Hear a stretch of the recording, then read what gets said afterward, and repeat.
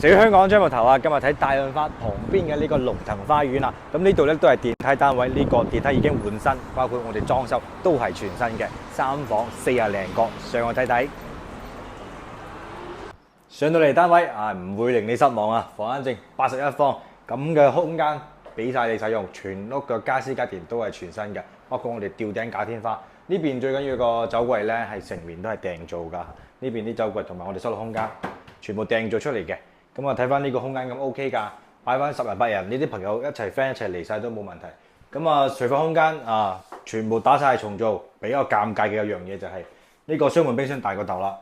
咁你洗手空間咧就喺呢個位，咁到時候睇翻你嗰個擺設你自己去諗啦嚇，換翻個細嘅，或者個冰箱放翻出邊呢邊，放喺呢個位都 OK 嘅，放喺呢邊呢個位都 OK 都夠使嚇。咁啊你整體個廳位置咧，你要開間你成去到4米5米個大開間都有㗎啦。咁呢邊咧啊，如果有睇過嘅都清楚。如果朝南向係非常之舒服，係安靜位置。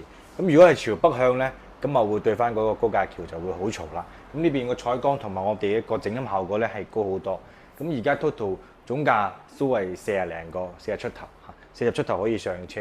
咁啊之前開價比較貴啲就未地影啊。咁而家降價急售啊，40出頭可以上車。客房3間房咧都整咗室內空間㗎啦，都有採光窗。咁啊仲有個唔係幾好嘅就係變咗3房1衛嘅狀態咯。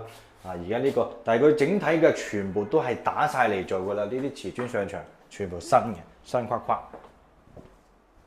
咁你知大樟木頭啲中心區啲樓咧會舊好多啦，都係2000年啲樓齡。啊而家電梯呢度係換咗㗎啦，咁呢邊都係朝翻南向，頂天衣櫃啊，咁啊40零個唔需要再操心任何嘢㗎啦。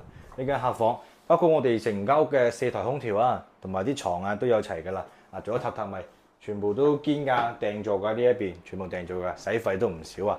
咁啊而家我哋總價 total 40零個出頭啊，仲可以傾少少啊，有興趣帶你嚟現場。